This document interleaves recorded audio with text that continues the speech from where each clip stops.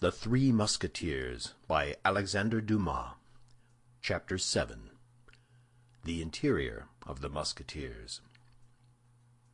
When D'Artagnan was out of the Louvre, and consulted his friends upon the use he had best make of his share of the 40 pistoles, Athos advised him to order a good repast at the Pomme de Pin, Porthos to engage a lackey, and Aramis to provide himself with a suitable mistress.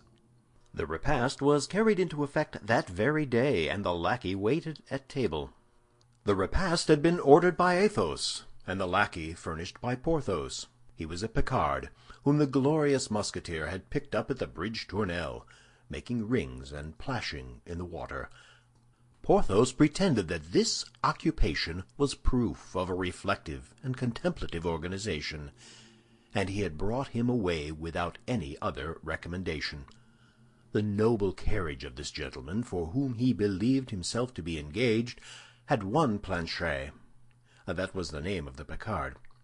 He felt a slight disappointment, however, when he saw that this place was already taken by a compeer named Mousqueton, and when Porthos signified to him that the state of his household, though great, would not support 2 servants, and that he must enter into the service of D'Artagnan. Nevertheless, when he waited at the dinner given by his master and saw him take out a handful of gold to pay for it, he believed his fortune made, and returned thanks to heaven for having thrown him into the service of such a Croesus. He preserved this opinion even after the feast, with the remnants of which he repaired his own long abstinence. But when in the evening he made his master's bed, the chimeras of Planchet faded away. The bed was the only one in the apartment, which consisted of an antechamber and a bedroom. Planchet slept in the antechamber, upon a coverlet taken from the bed of D'Artagnan, and which D'Artagnan from that time made shift to do without.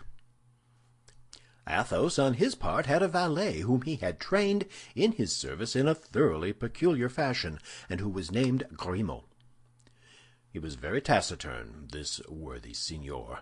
Be it understood, we are speaking of Athos. During the 5 or 6 years that he had lived in the strictest intimacy with his companions, Porthos and Aramis, they could remember having often seen him smile, but had never heard him laugh. His words were brief and expressive, conveying all that was meant and no more. No embellishments, no embroidery, no arabesques. His conversation a matter of fact, without a single romance. Although Athos was scarcely 30 years old, and was of great personal beauty and intelligence of mind, no one knew whether he had ever had a mistress. He had never spoken of women. He certainly did not prevent others from speaking of them before him, although it was easy to perceive that this kind of conversation, in which he only mingled by bitter words and misanthropic remarks, was very disagreeable to him. His reserve, his roughness, and his silence made almost an old man of him. He had, then, in order not to disturb his habits, accustomed Grimaud to obey him upon a simple gesture or upon a simple movement of his lips. He never spoke to him, except under the most extraordinary occasions. Sometimes Grimaud, who feared his master as he did fire, while entertaining a strong attachment to his person and a great veneration for his talents, believed he perfectly understood what he wanted, flew to execute the order received, and did precisely the contrary. Athos then shrugged his shoulders, and without putting himself in a passion, thrashed Grimaud. On these days he spoke a little. Porthos, as we have seen, had a character exactly opposite to that of Athos. He not only talked much, but he talked loudly, little caring, we must render him that justice, whether anybody listened to him or not. He talked for the pleasure of talking, and for the pleasure of hearing himself talk.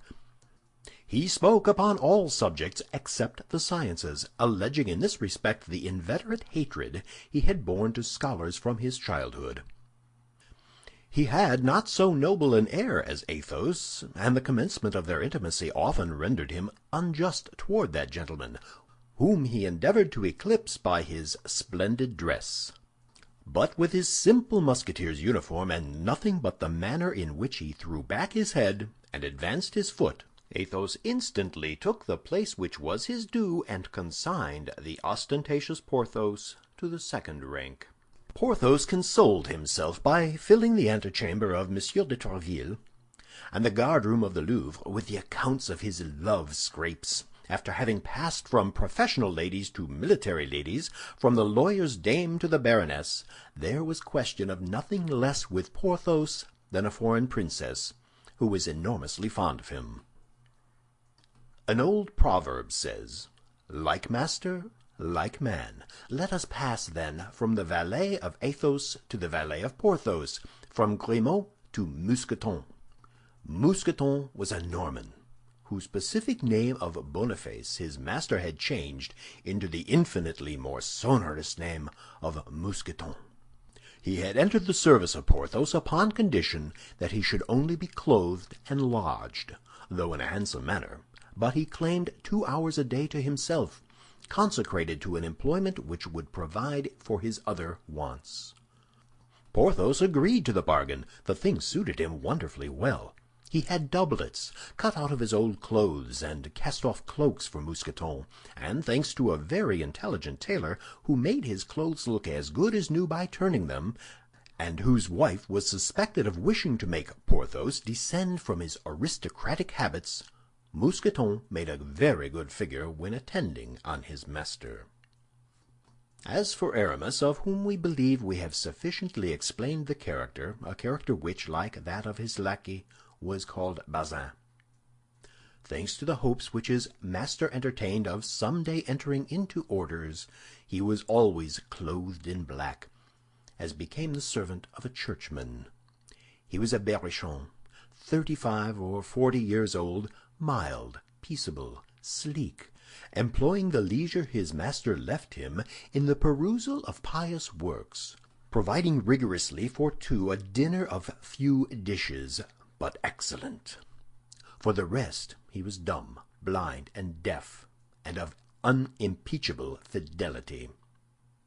And now that we are acquainted, superficially at least, with the masters and the valets, let us pass on to the dwellings occupied by each of them. Athos dwelt in the Rue Férou, within 2 steps of the Luxembourg. His apartment consisted of 2 small chambers, very nicely fitted up, in a furnished house, the hostess of which, still young and still really handsome, cast tender glances uselessly at him. Some fragments of past splendor appeared here and there upon the walls of this modest lodging.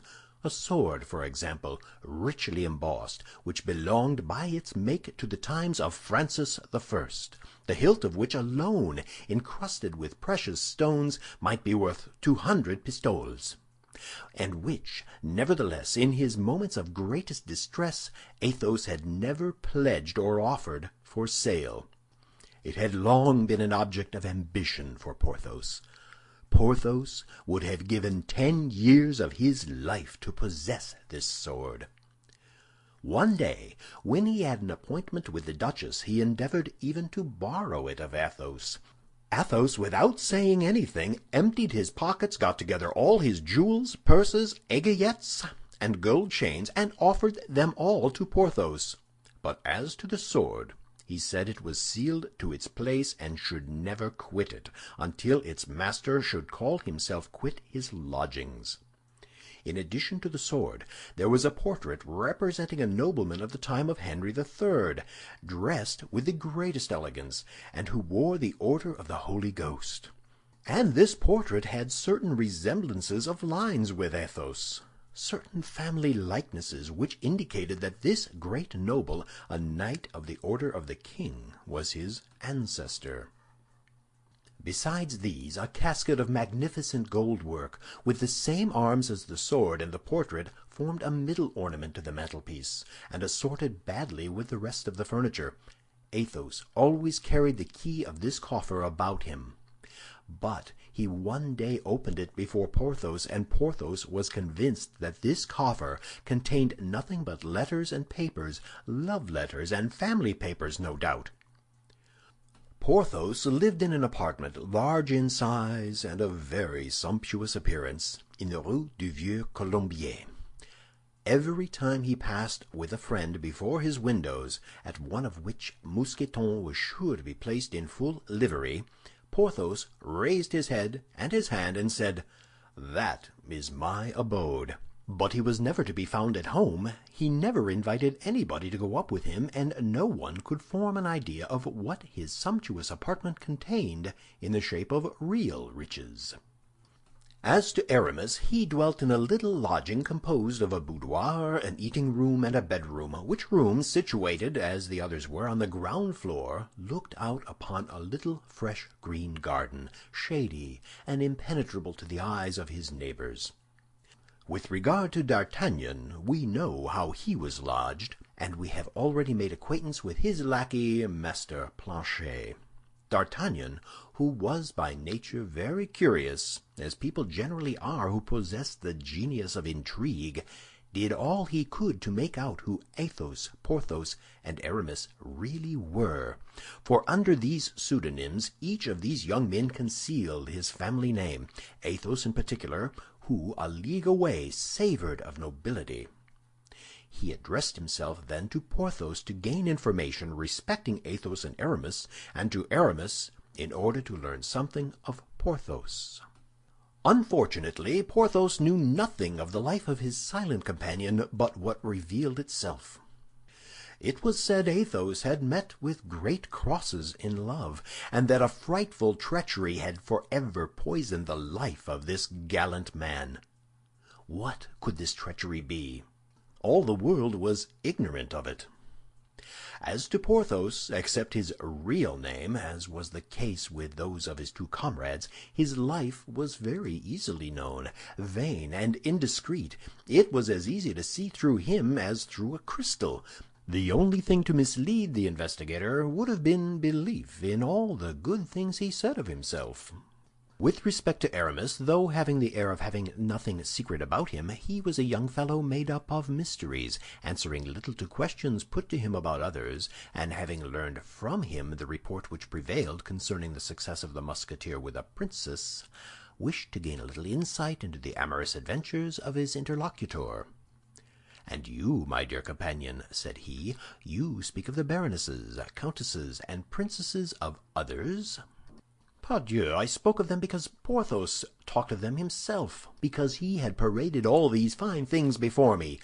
But be assured, my dear Monsieur d'Artagnan, that if I had obtained them from any other source, or if they had been confided to me, there exists no confessor more discreet than myself." "Oh, I don't doubt that," replied D'Artagnan. "But it seems to me that you are terribly familiar with coats of arms. A certain embroidered handkerchief, for instance, to which I owe the honor of your acquaintance." This time Aramis was not angry, but assumed the most modest air, and replied in a friendly tone, "My dear friend, do not forget that I wish to belong to the church, and that I avoid all mundane opportunities. The handkerchief you saw had not been given to me, but it had been forgotten and left at my house by one of my friends. I was obliged to pick it up in order not to compromise him and the lady he loves. As for myself, I neither have nor desire to have a mistress, following in that respect the very judicious example of Athos, who has none any more than I have." "But what the devil! You are not a priest, you are a Musketeer." "A Musketeer for a time, my friend, as the cardinal says, a Musketeer against my will, but a churchman at heart, believe me. Athos and Porthos dragged me into this to occupy me. I had, at the moment of being ordained, a little difficulty with... But that would not interest you, and I am taking up your valuable time." "Oh, not at all. It interests me very much," cried D'Artagnan, "and at this moment I have absolutely nothing to do." "Yes, but I have my breviary to repeat," answered Aramis. "Then some verses to compose, which Madame d'Aiguillon begged of me. Then I must go to Rue Saint-Honoré in order to purchase some rouge for Madame de Chevreuse.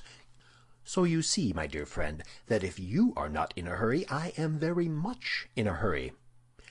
Aramis held out his hand in a cordial manner to his young companion, and took leave of him. Notwithstanding all the pains he took, D'Artagnan was unable to learn any more concerning his three new-made friends. He formed, therefore, the resolution of believing for the present all that was said of their past, hoping for more certain and extended revelations in the future.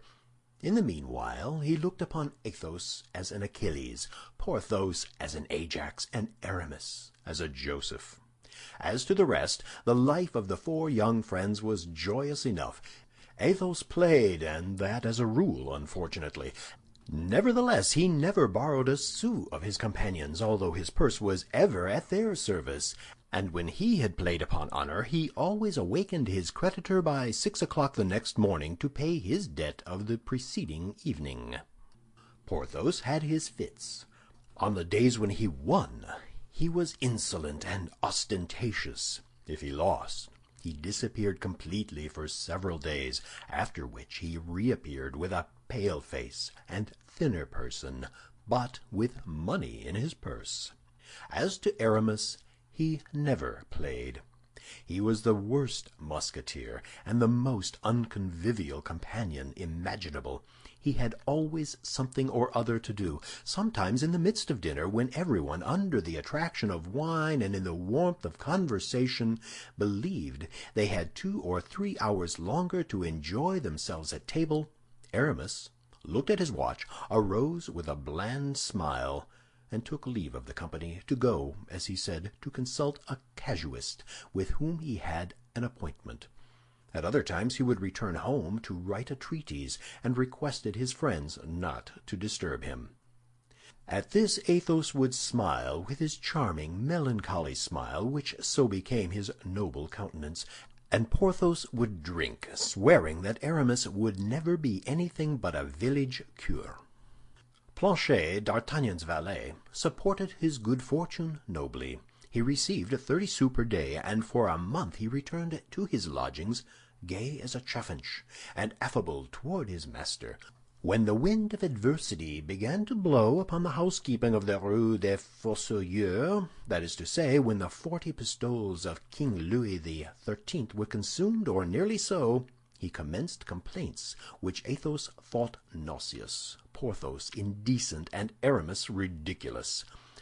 Athos counseled D'Artagnan to dismiss the fellow.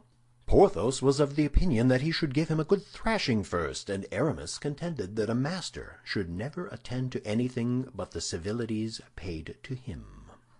"This is all very easy for you to say," replied D'Artagnan, "for you, Athos, who live like a dumb man with Grimaud, who forbid him to speak, and consequently never exchange ill words with him; for you, Porthos, who carry matters in such a magnificent style, and are a god to your valet, Mousqueton; and for you, Aramis, who, always abstracted by your theological studies, inspire your servant Bazin, a mild, religious man with a profound respect. But for me, who am without any settled means and without resources, for me, who am neither a Musketeer nor even a Guardsman, what am I to do to inspire either the affection, the terror, or the respect in Planchet?" "This is serious," answered the three friends. "It is a family affair. It is with valets as with wives. They must be placed at once upon the footing in which you wish them to remain. Reflect upon it." D'Artagnan did reflect, and resolved to thrash Planchet provisionally, which he did with the conscientiousness that D'Artagnan carried into everything. After having well beaten him, he forbade him to leave his service without his permission. "For," added he, "the future cannot fail to mend. I inevitably look for better times. Your fortune is therefore made if you remain with me, and I am too good a master to allow you to miss such a chance by granting you the dismissal you require." This manner of acting roused much respect for D'Artagnan's policy among the Musketeers. Planchet was equally seized with admiration, and said no more about going away. The life of the four young men had become fraternal. D'Artagnan, who had no settled habits of his own, as he came from his province into the midst of his world quite new to him, fell easily into the habits of his friends.